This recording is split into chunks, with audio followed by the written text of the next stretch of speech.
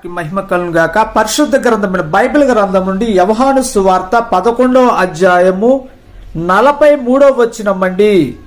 ఆయన ఇలాగూ చెప్పి లాజరు బయటికి రమ్మని బిగ్గరగా చెప్పగా చనిపోయిన వాడు కాళ్ళు చేతులు ప్రేత వస్త్రములతో కట్టబడిన వాడై ఎలుపలికి వచ్చెను. నామానికి మహిమ కలుగాక. యేసుక్రీస్తు ప్రభువారి యొక్క శక్తి ఎలాంటిదో తెలుసా ప్రియ అక్క చెల్లితమ్ముడు? ఆయన మాట సెలవిస్తే లాజరు అప్పుడు చనిపోయి 4 దినాలండి సమాధిలో ఉన్నాడు.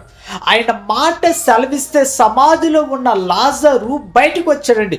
లాజరు అని పేరుతోనే పిలిచాడు, కానీ పేరుతో పిలవకుండా ఉంటే సమాధిలో ఎందరైతే ఉన్నారో వారందరూ లెగిసి వచ్చేవాళ్ళు. లెగిసి వచ్చేవారు కాబట్టే, లెగిసి వస్తారని తెలుసు యేసుక్రీస్తు ప్రభువు తెలుసు కాబట్టి లాజరు నువ్వు బయటికి లెగిసి రమ్మని పేరుతో పిలిచాడండి. దేవుని యొక్క మాటలు అంత శక్తి ఉన్నది.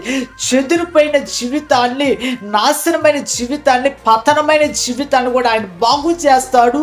బాగు చేసి లేవనెత్తి నిలబెడతాడు. దేవుని యందు విశ్వాసం ఉంచు. ఆయన నీ జీవితాన్ని అద్భుతముగా బాగు చేసి అనేకులకు ఉపయోగపడే రీతిగా, అనేకులకు ఆశీర్వాదకరంగా మార్చే రీతిగా నీ జీవితాన్ని మారుస్తాడు. ఆయన యందు విశ్వాసం ఉంచు.